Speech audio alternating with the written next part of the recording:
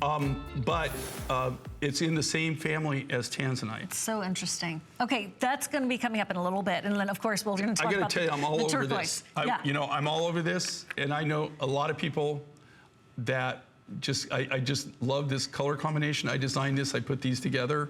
I can't tell you how excited.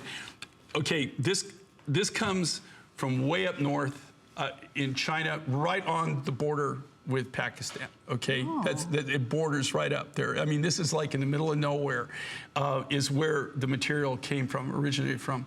Now, knowing that and knowing where I was when they brought it to me to look at, so I knew I wasn't in the Dominican Republic. Okay, I was a little bit. It looks like Larimar. Larimar is from the Dominican Republic. I was a little like, hecking gone from Dominican Republic. That's where they mine Larimar, and I have been to the Larimar mine in Dominican Republic. Okay, so you know, it was kind of like Oz. You know, I woke up and I said, "Well, this is it."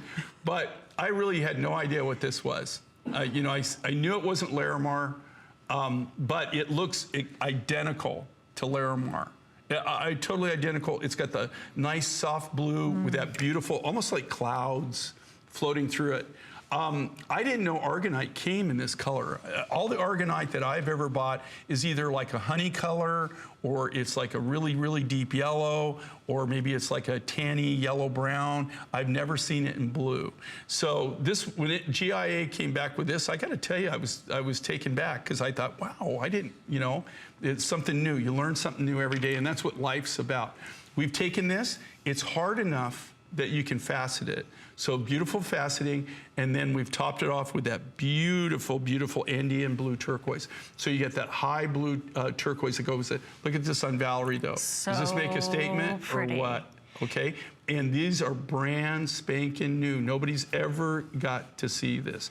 And this material is very limited. It's not like they have oodles and boodles of it. I'm working on a deal to try to get enough that I can do something substantial, but so far it's not working out as good as I had hoped. Wow. So cool look. I love how you I'm hoping you're faceted loving it. You've really, that is an incredible job faceting. And well, and you know, not everything, just so everybody knows, not everything will facet, okay? A stone has to have a certain hardness to it. Otherwise, it won't take a facet. So it's not like you can just take any material that you want and put a facet on it.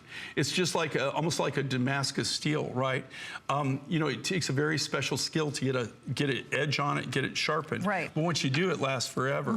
The same thing with any of our materials. They have to be really, really hard, or you can't facet them, and also you can't polish them. So this is hard enough that it not only takes a facet, and you really don't have to polish it, because after you facet it, it almost has a natural finish to it.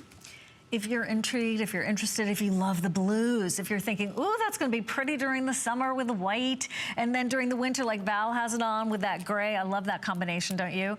Here's something that's a conversation piece. Here's something that's going to work back to all of your turquoise. Denim lovers, I know, we love our blues. Here's your chance to get an original, something that even surprised Jay, which, as you know, is pretty hard to do. A reminder for you about that today's special. Since we're doing the blue within blue within blue, and that's coming up in a little bit. But this has a pair of earrings to go with. This has the cuff. Bracelet, yeah, that I did, and I fastened the bracelet. Huge. And look at the size of this, and here again, wow. You know, I made it simple. I made it very high polished, very contemporary. You could shave in the finish on this cuff, right?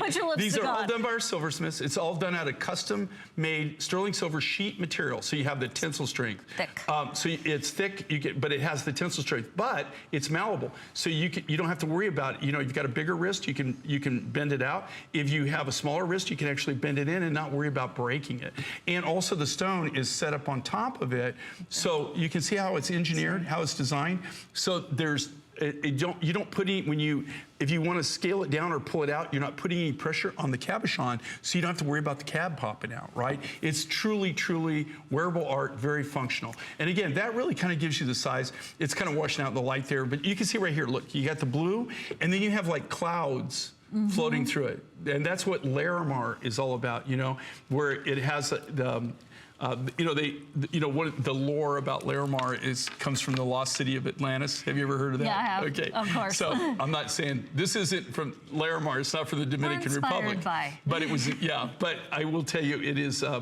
It's about the closest thing naturally I've ever seen out there in the world that looks like Larimar. Larimar, the reason it's so exclusive and so limited and it's so highly sought after is the rarity of it. It only comes from that one location in the Dominican Republic. So when this blue Aragonite, here again, this is a brand new mine find. You know, we just found it about a year and a half ago is when we actually were able to first get initiated to. So, well, I know